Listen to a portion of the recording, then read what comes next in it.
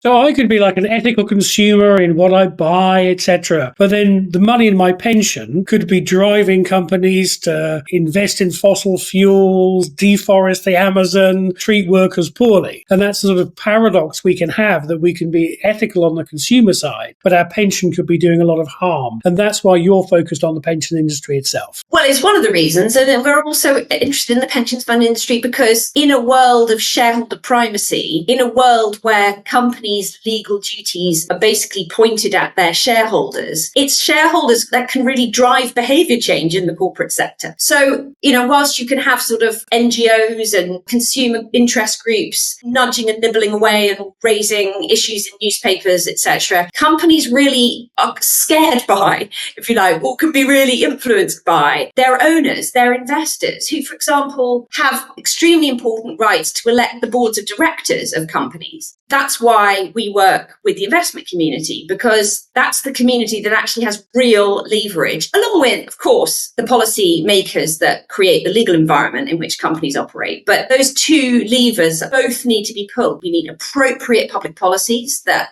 manage and restrict companies from creating harms. And we also need shareholders and investors in those companies that make the same case. And it's when you can align all of that that you really do see actual movement in corporate behaviour. And I'm pleased to say that over the years at Share Action, we've proved that mobilising large investors to talk to companies about their social and environmental impacts and performance can be very impactful. Because people sort of think of activism as being about throwing orange paint over artworks or blocking motorways. So you've really used this sort of shareholder power.